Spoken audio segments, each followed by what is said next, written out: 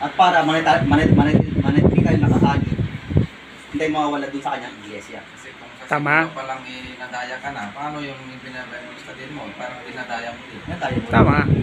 Hindi mo man sinasadya, pero dahil naging pabaya ka, dahil hindi mo inaral ng mabuti, hindi kasi Bible reading Bible study. Siyempre, huwag nating mawalain yung tulong, yung wisdom ng Panginoon, kaya magdarasal tayo.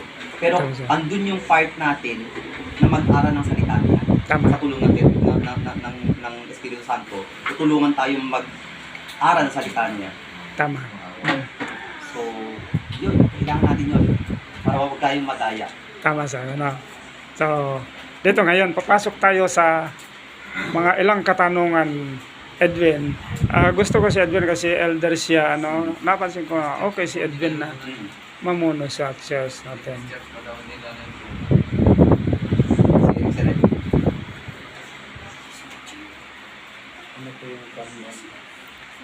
Ano ang masasabi mo o may tatanong mo, ano? Makikisama tayo sa ating Panginoong Hesus. Tungkol sa ating pananampalataya. Mayroon ka bang itatanong? Mayroon ka bang ipapaliwanag? Pero gusto ko yung tanong para makita natin na palawakin natin ang pakikisama natin sa ating Panginoong Hesus. May tanong ka. Ayun ang Anong katanungan mo? Kaya ba i-share mo sa akin? Pero mas maganda daw yung tanong May tatanong ka ba? Meron bang bumabagabag sa isip mo ba na wala pang kasagutan? May patungkol sa pananampalataya. Meron ba tayo tatanungan? Hindi mo pa tayo tatanong o hindi mo pa alam yung sagot. Para makinabang tayong lahat. Yung sabi ni Sir Magana, yung pakikisama na natin sa ating Panginoong Hesus, ano, tumagal na tayo ng mga ilang taon. Uwari, ano ang natutunan mo sa pakikisama mo sa ating Panginoong Hesus na ibinabahagi mo rin, ano?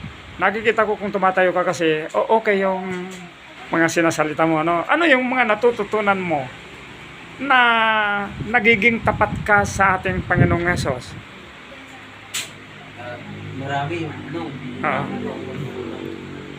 kasi dati hindi naman ako matalinong tagapagsalita. Di ba? Hindi ako matalinong tagapagsalita. Nag-challenge na ako sa iba. Nakikita ko sa inyo.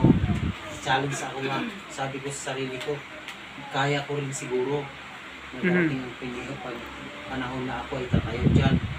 So sa bawat hakbang ng aking buhay, natutunan ko sa Panginoon na kapag ikaw pala na tapat sa Kanya, ikaw pala na wala kang pagkukuwang sa salita na yun, wala kang pinag-aralan, kumbaga, mag-aaral tayo, kung hindi tayo lumapit sa Panginoon, kulang pa rin, di ba?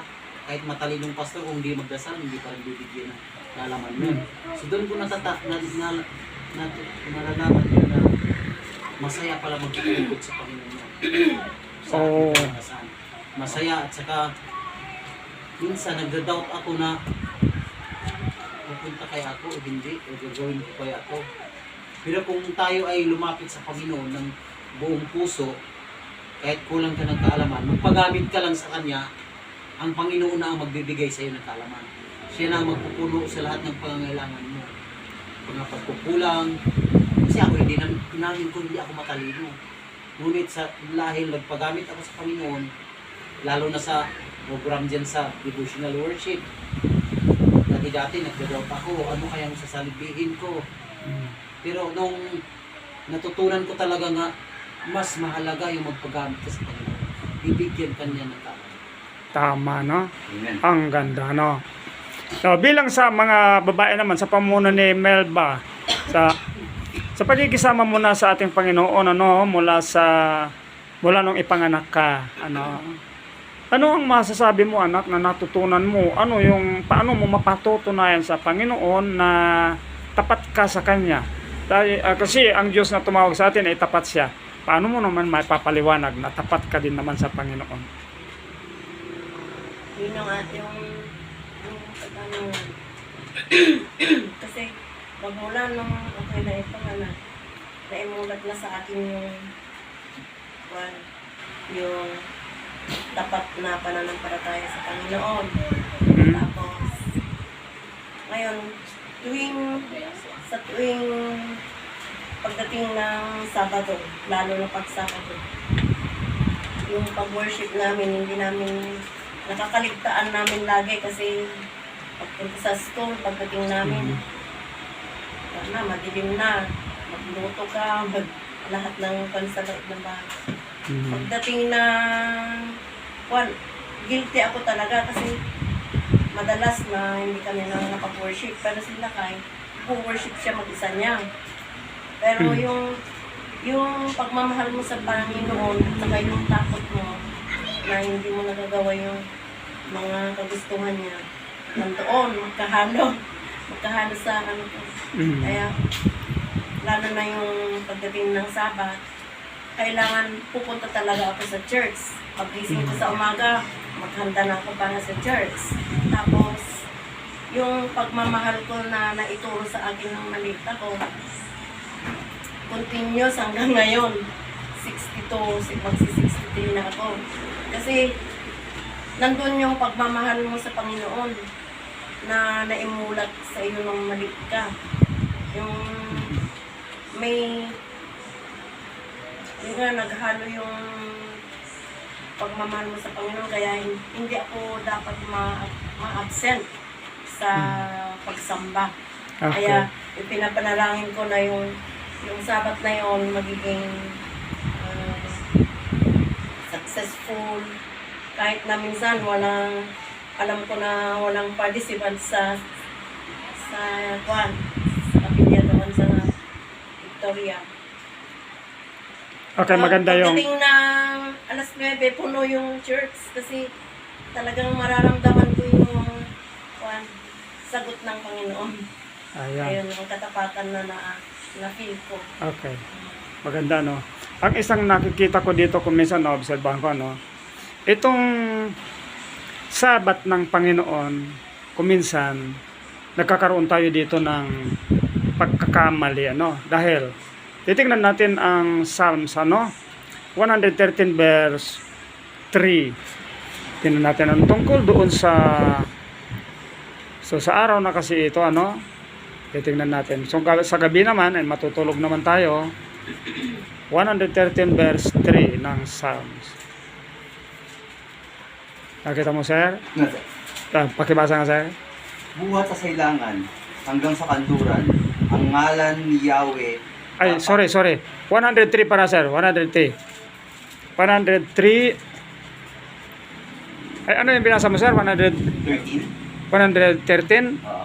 113 verse 3 ba yun, Karina? Verse 3, sir.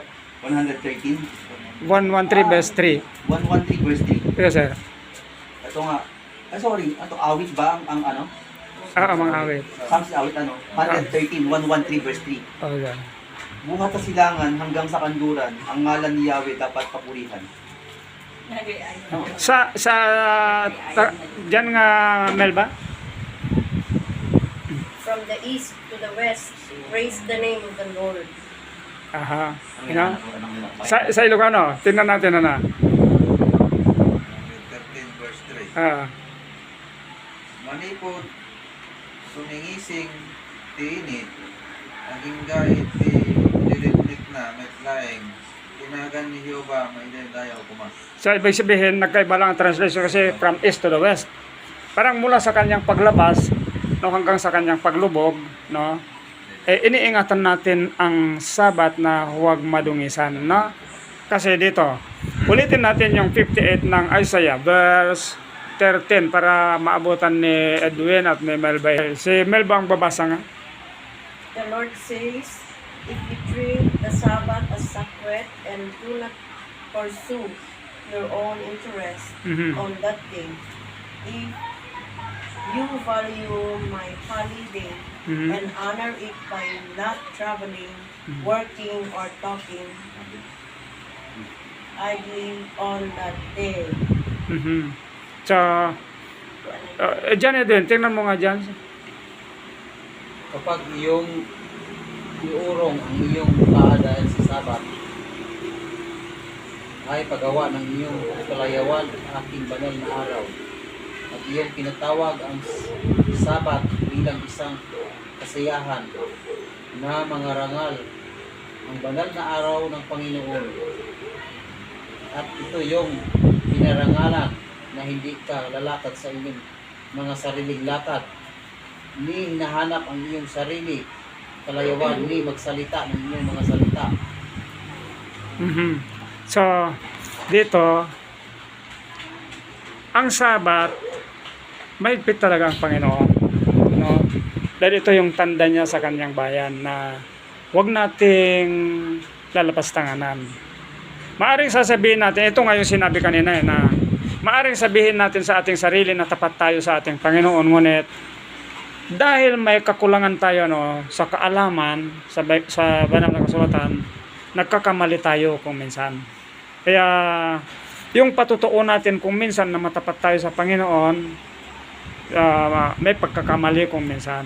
Bagaman gusto natin na maging matapat sa Kanya, dahil sa hindi natin nababasa yung ibang mga patutuo kung minsan, yung Sabat ng ating Panginoon, kung minsan ay nalalapastanganan natin. Bagay na hindi dapat.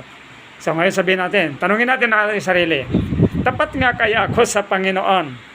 Ito yung, so huwag na niyong sasabihin. Sa inyong isip na lang. Na, para makita natin ngayon, samantalang ang tumawag sa atin, ang Diyos ay tapat.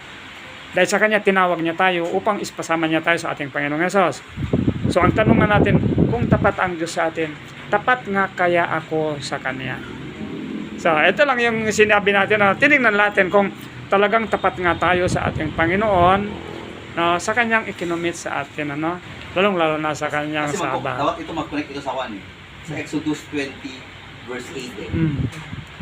Remember the Sabbath day to keep it holy. Oo. Okay, sige. Mm. Yan ang sabi. Mm. Ang tanong, paano gagawin holy yun? So, Oo. eto yun. Mm. Dinefine niya ngayon. Dinefine. Binibigyan niya ng detalye Yeah, kung yeah. paano siya gagawin holy. Oo. Kasi, remember the Sabbath day to keep it holy? Okay. So, ano gagawin ko?